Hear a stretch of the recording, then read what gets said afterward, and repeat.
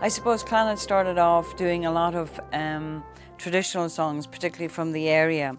Although we used to sing lots of popular music, whatever was available or around at the time, particularly with harmonies, because we discovered that being a family, I suppose, the timbre in our voices and that blended very well together. So we loved doing that, but we did do a lot of research into our own traditional Gaelic songs.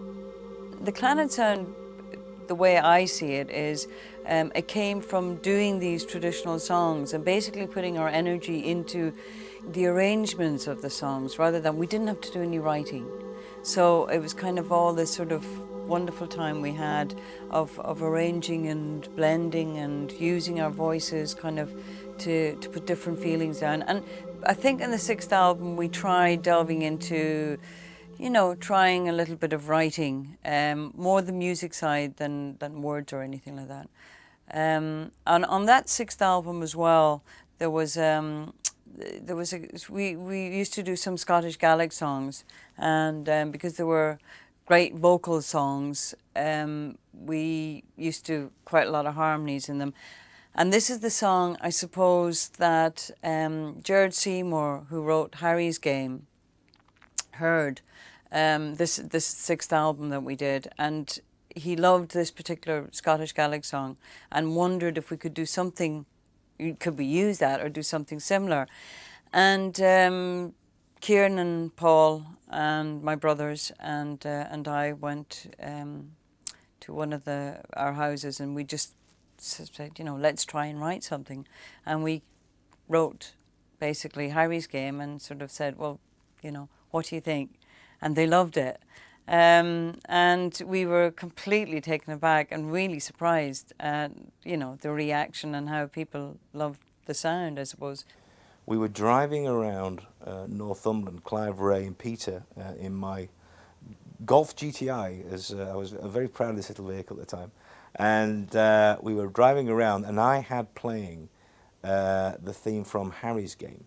And there'd been some talk about who was going to do the music, and it was possibly going to be, I think it was Roy Budd, who did Black Beauty and various other things for Paul.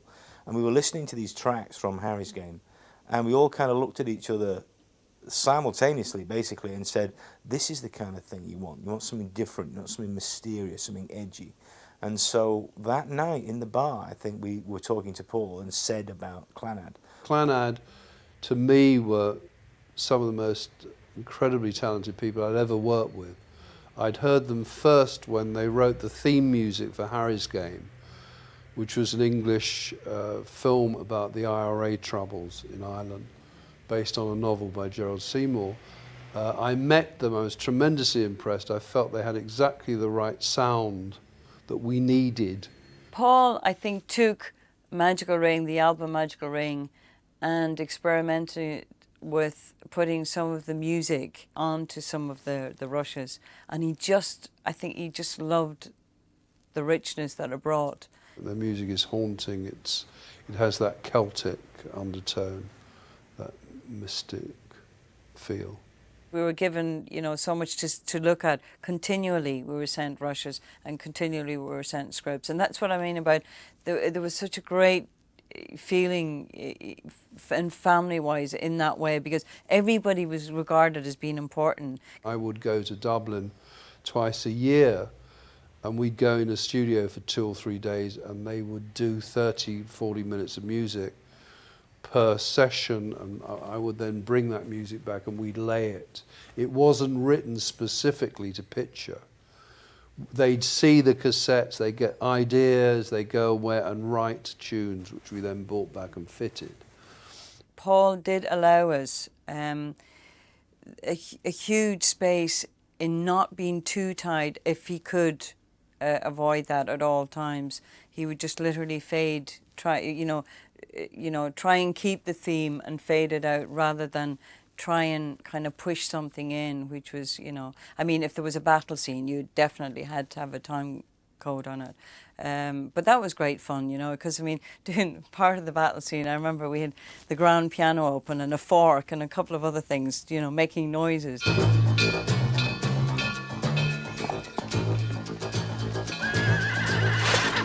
because we use our voices a lot as well, people mightn't realise that it's our voices, but we use them in different ways, and it might sound like an instrument. We were doing all sorts of things like that. But experimenting was just incredible. Before Her and the Hunter would appear, you would hear sometimes the music. And so we created themes. This was something that Paul Knight encouraged as well. And we all thought it was a great idea that we created themes for certain characters.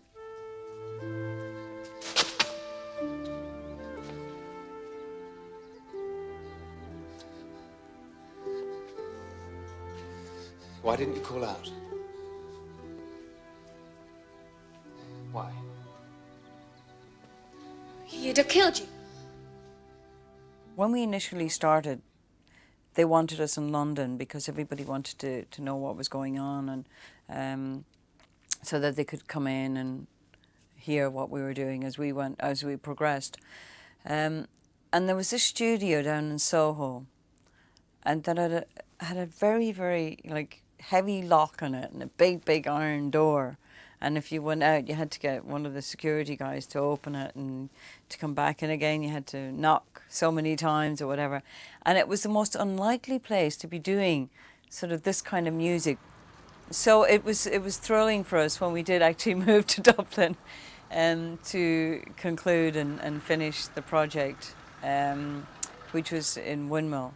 And it's lovely because it's down by the river there in Dublin, and much freer as far as at least you can walk out, and I mean the whole area is more friendlier and in that way, and it did help. I have to say it did help. But I always remember the very last night that we were there recording the very last song, which was Ancient Forest. And I was scribbling, I was even involved in scribbling words for that. And we were upstairs while Tony was still, mixing the second last song, and myself and Paul and Kieran were up frantically trying to find words and finishing it. And I think about 2 o'clock in the morning, I think I did my vocal on it. And by 4 or 5, we were sort of coming near completion, and by something like 7 o'clock in the morning, while staying up all night and just finishing and completing this this album, we went for an early breakfast to celebrate. We were really thrilled. I mean, we knew we had something special done, for sure, we did.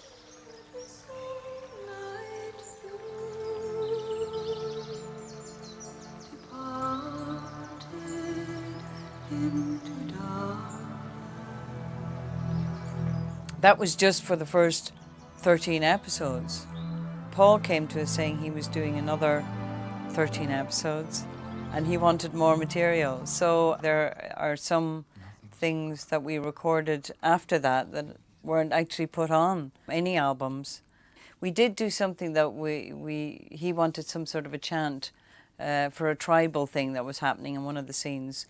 And that was great fun because Paul was very much part of that as well, Paul Knight, with, him sort of encouraging this kind of, I want more harmonies, I want more of this, give me more of that, And we actually developed that song for the following album called Calannad, which is the Golden Castle. The fantastic thing about it was the freedom we did have and were given musically was really important.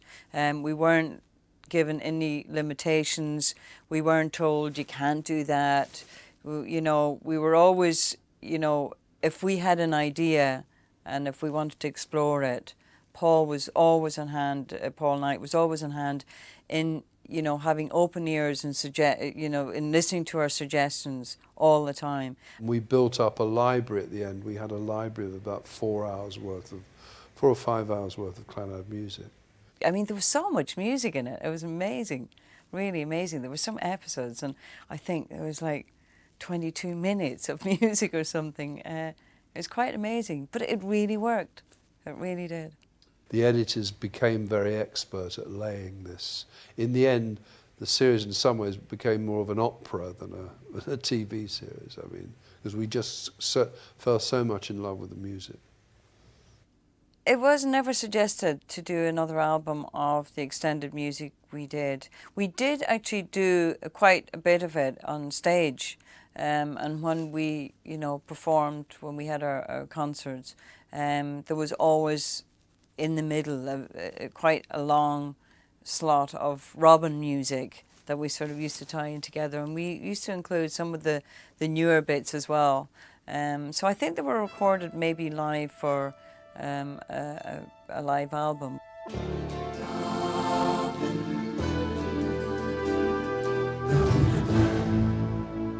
When Paul Knight told us that the music was up for a BAFTA award for Robin of Sherwood, we were really excited because we thought it was fairly strong, but you can never be sure. Nobody really kind of, I suppose, warns you of that kind of excitement and adrenaline that you feel when you've achieved or won an award like that. It's really amazing. It was just incredible to receive a BAFTA for the music for Robin.